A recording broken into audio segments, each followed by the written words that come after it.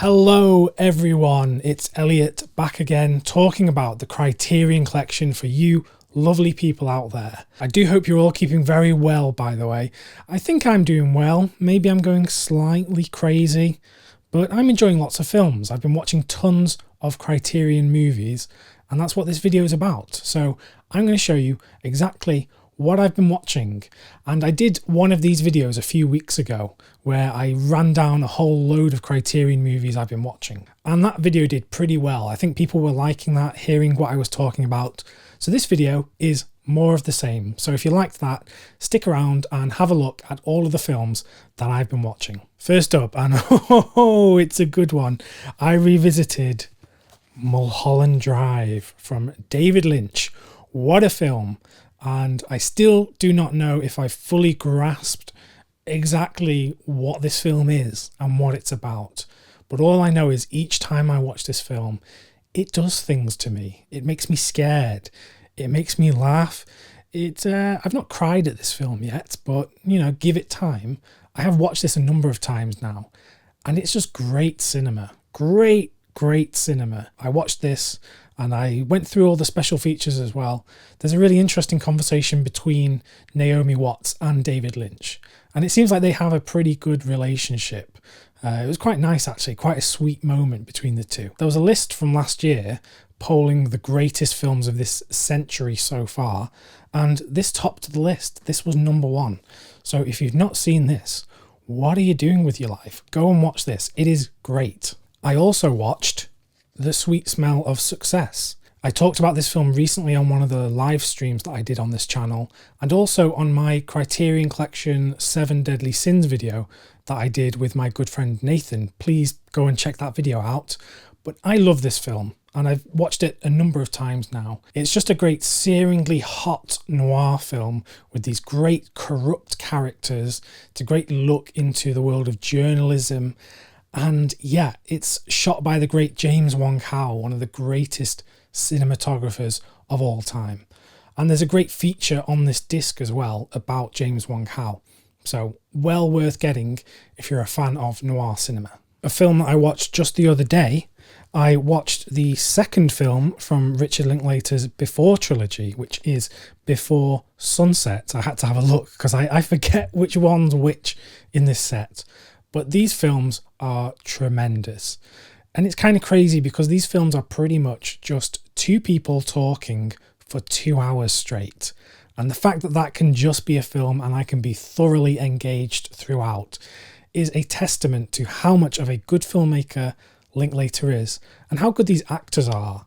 Because with these three films, it was very much a collaborative process. Julie Delpy and Ethan Hawke would work on these scripts during this long rehearsal period with Linklater, and it really shows. You really feel the chemistry between these two. The romance is off the charts, sexual tension, it's great. I watched the second one because I think it might actually be my favourite. Do let me know in the comments below which one of this trilogy you prefer the most. Next up, All That Jazz, and this was a first time watch. I was blown away. I bought this film back in November and I don't know why it's taken me this long to watch it. I thought this would be just a typical musical before I watched it, but no, it really goes into this psychological analysis of this man who is fraught with addiction to sex, and his marriage is falling apart, his relationship with his daughter is kind of tenuous, and he's struggling with this next musical that he's putting on, and he's editing a film at the same time as well. This is a film that I would liken very much to Federico Fellini's 8½, because it's a film about filmmaking and the struggle of creative block, of writer's block perhaps. So for that, I loved it. Well recommended. If you're liking this video and liking these recommendations, please do consider subscribing to the channel for more videos on the Criterion Collection. It would be great to have you in this community. Anyway, back to what I've been watching during lockdown. Next up, Female Trouble from John Waters. I've talked about John Waters so much, you're probably bored of me talking about John Waters, but I love this film. And the reason you should see this film is because there is a sex scene between two characters and they are both played by Divine. That's all I'll say. It's pretty shocking, pretty disgusting. But yeah, female trouble. Another first time watch for me was My Winnipeg from Guy Maddin. I didn't know what to expect from this. I hadn't seen any films by Guy Maddin. And I don't know if this film truly got me first time, but I would still recommend it to people. It's described as a docu-fantasia, so it's this documentary format that's retelling almost like this mythical tale of Winnipeg. Even though the film's from 2007, it feels like an artifact from the past because of the footage in this and the way it's narrated and all of this. A really fascinating look at a place I've never been to and that I now know a lot about. So My Winnipeg. Another box set that I revisited over the last week or so was the David Lean Directs Noel Coward box set. So this is a collection of 4 films written by Noel Coward, who was one of the great playwrights, great screenwriters of the early 20th century. David Lean, one of the greatest British filmmakers of all time, takes Coward's stories and turns them into something brilliant. You might be familiar with David Lean from films like Lawrence of Arabia and Bridge over River Kwai. Those are like great sprawling epics. These films are not that. These are quiet family dramas, romantic films. There's a ghost story in here. As someone who lives in Britain and wants to be a British filmmaker one day, these are great films to study from, and it's great to see the history of British cinema through the lens of David Lean. The 2 films I watched in particular were This Happy Breed, which is very much about family and neighbours and a community, and I also watched Blithe Spirit, which is that ghost story I mentioned, which Blithe Spirit is a really interesting one, and I almost think it doesn't work, but it's one that stuck with me. So if you've seen Blithe Spirit, let me know what you think of it in the comments below. Next up is a film that I got in my last Criterion haul from the BFI shop, link in the description. It's The Heiress from William Wyler. I mentioned in that video my love for Olivia de Havilland, who is still alive and kicking. She's 103 years old. She is great in this film, but also William Wyler's direction is incredible. The camera is pretty much static. There's barely any movement from the camera, but the story that is told is so brilliant. I love this film for how it's told. Without going into spoilers, it's a film that does not end in a typical Hollywood way. It really does come out of nowhere and shock you.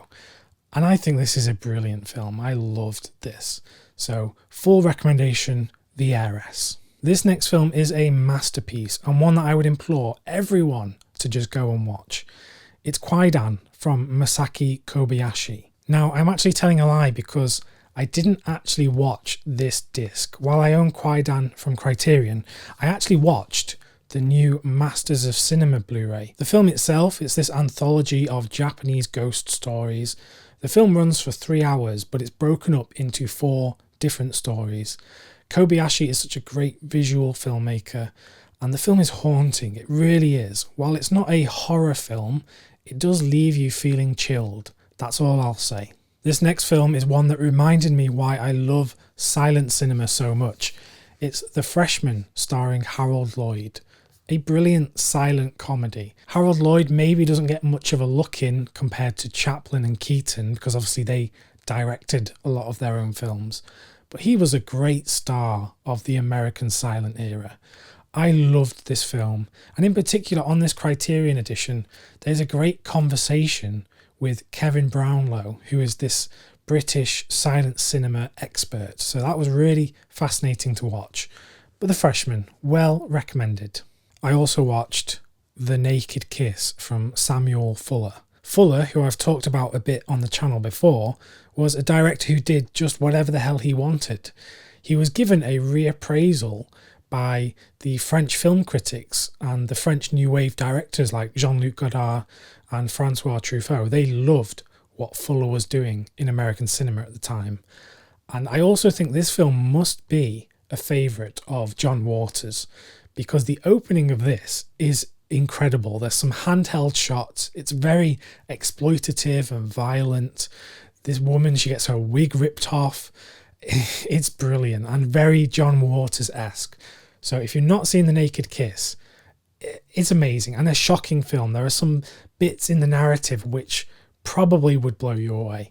So yeah, The Naked Kiss. And lastly, on this list of the Criterions that I've been watching in lockdown, part 2, is the Coco Trilogy from Abbas Kiarostami. Kiarostami, one of my favourite filmmakers of all time. In my last video, I talked about Close Up, and I've also talked about Certified Copy on the channel. The Coco Trilogy is tremendous, and this particular release came out last year, and it probably was the best Blu-ray release of 2019. If you've not picked this up, totally recommended, and as you can see by the Ugly Ratings logo, it's available in the UK as well. I watched Where is the Friend's House, which is a great story about childhood, and it shows the innocence and purity of children in a world full of adults. And the ending, man, it hits me right in the gut. It's so good. Brilliant filmmaking. The ending is like, it's a mic drop moment, honestly. So, Where is the Friend's House and the Coco Trilogy as a whole is thoroughly recommended. Please just give this one a chance. There you have it. That's another video of me rambling about some of the films that I've been watching during this lockdown period.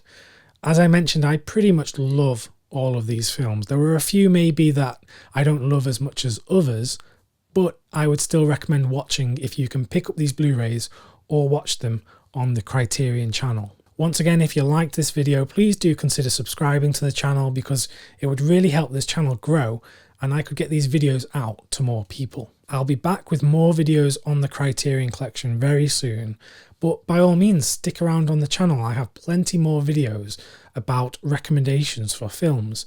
So if you want one, just click whatever video is going to be appearing on the screen right now. And I will see you next time, so please stay well and keep watching great films.